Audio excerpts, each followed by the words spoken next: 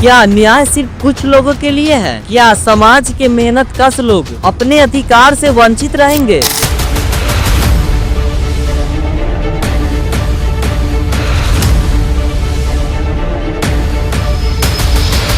यह कहानी है ताती ततवा समाज की। एक समुदाय जिसने सदियों से भारत की संस्कृति और अर्थव्यवस्था ढांचे को अपने हुनर से मजबूत किया, लेकिन वही समुदाय आज भी अपने हक के लिए लड़ रहे हैं।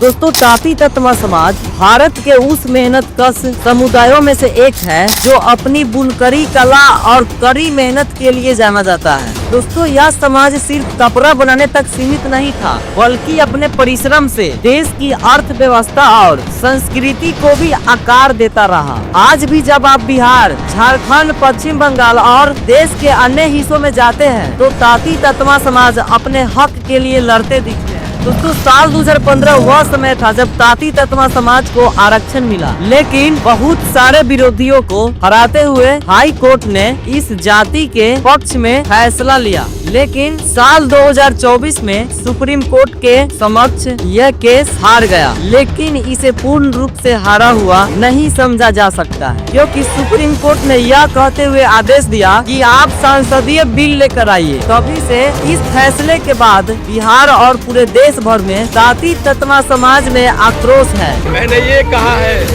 कि जेपी आंदोलन को पीछे छोड़ूंगा। नीतीश कुमार जी, नरेंद्र मोदी जी, आपने पान समाज का चीर हरण किया है, और जब जब चीर हरण हुआ है तब तब महाभारत हुई है। लाखों लोगों को सरकारी नौकरियों, शिक्षा और सामाजिक सुरक्षा से वंचित कर दिया गया। यह सिर्फ एक सरकारी फैसला नहीं था, यह उनके भविष्य पर सीधा हमला था। तब से इस समाज ने अपनी आवाज बुलंद की, सरकार से न्याय मांग की और अपने अधिकार वापस लाने के लिए संघर्ष जारी रखा। इस अन्याय के खिलाफ आवाज उठाने वाले बने इंजीनियर IP गुप्ता। उन्होंने हाको रथम पान है जैसे नारों के साथ बिहार में आंदोलन की लहर चला दी। उन्होंने इस लड़ाई को एक नया रूप दिया और हजारों लोगों को मंच पर लाकर सरकार तक बात पहुंचाने की कोशिश। उनका कहना है यह सिर्फ एक समाज की लड़ाई नहीं, बल्कि पूरे देश में समानता और न्याय की लड़ाई है। सरकार के इस फैसले के खिलाफ कई प्रदर्शन हुए, कई बार नेताओं ने इस मुद्दे को उठाने की कोशिश की, लेकिन हर बार राजनीतिक बहसों में उलझ गया।